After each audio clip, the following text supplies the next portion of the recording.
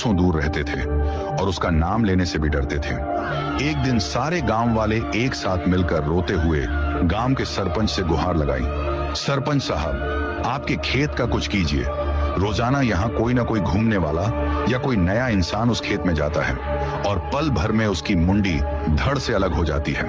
कुछ कीजिए, हमारे गांव का नाम मिट्टी में मिल रहा है। अगर ऐसा ही चलता रहा तो अगली बार आपको सरपंच नहीं बनाएंगे। ये धमकी और गांव वालों का दर्द सुनकर सरपंच टेंशन में आ गया। रात के करीब 1 बजे सरपंच गांव के जाने माने और महान तंत्र ज्ञान वाले बाबा गगननाथ के पास पहुंचा और रोते हुए बाबा से मदद मांगने लगा। गुरुजी, आप महान हो, आप सब तंत्र विद्या वगैरह सब जानते हो, बस मेरी समस्या का समाधान निकालो।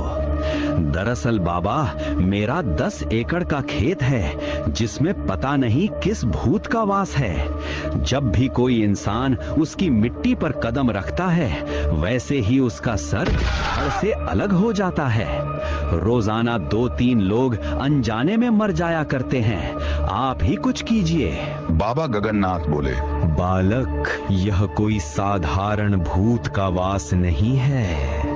उस खेत में एक भूतिया और बड़ी खतरनाक पत्थर की मूर्ति है। वह मूर्ति किसी थूंग थूंग नाम की शक्ति की है। उसे अक्सर इंसान का ताजा खून चाहिए होता है। इसीलिए जब भी कोई शख्स उस खेत में आता है तो वह उसे जान से मार देता है।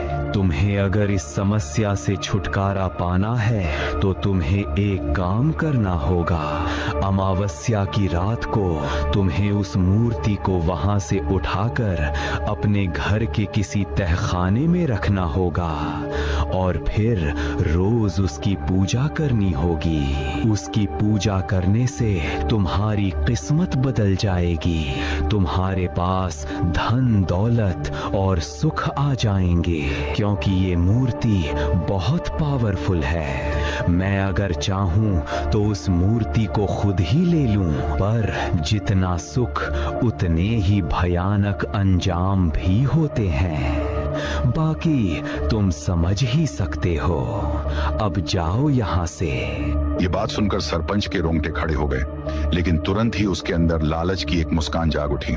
अमावस्या की गहरी रात में वह श्रापित खेत और भी ज्यादा भयानक लग रहा था। चारों ओर अजीबोगरीब आवाजें सुनाई दे रही थीं, जैसे कोई सिसक रहा हो या हंस रहा हो। गांव के कुत्ते भी लगातार भौंक रहे थे। सरपंच डरते डरते और सहमे हुए उस श्रापित खेत की ओर बढ़ रहा था।